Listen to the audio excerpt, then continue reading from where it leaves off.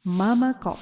Ngayong araw, magluluto tayo ng okra stew na may karne, kaya manatili kayo sa amin. Bago tayo magsimula, siguraduhing handa na ang mga sumusunod na sangkap. Mga sangkap sa pagpapakulo ng karne.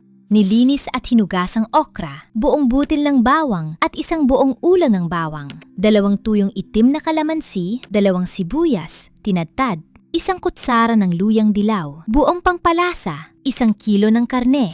Sa isang kaldero, maglagay ng kaunting mantika. Pagkatapos ay idagdag ang sibuyas at igisa hanggang magbago ang kulay. Idagdag ang karne at igisa ng mabuti. Idagdag ang turmeric at buong pampalasa at haluing mabuti ang lahat ng sangkap. Idagdag ang bawang at igisa pa ng kaunti. Pagkatapos ay magdagdag ng tubig at hayaang kumulo sa loob ng humigit kumulang 1 oras hanggang sa lumambot ng husto ang karne. Okra stew. Dinurog na bawang 1 kutsara ng asin, katas ng kamates, kalahating lata ng tomato paste, sili, maanghang mantika.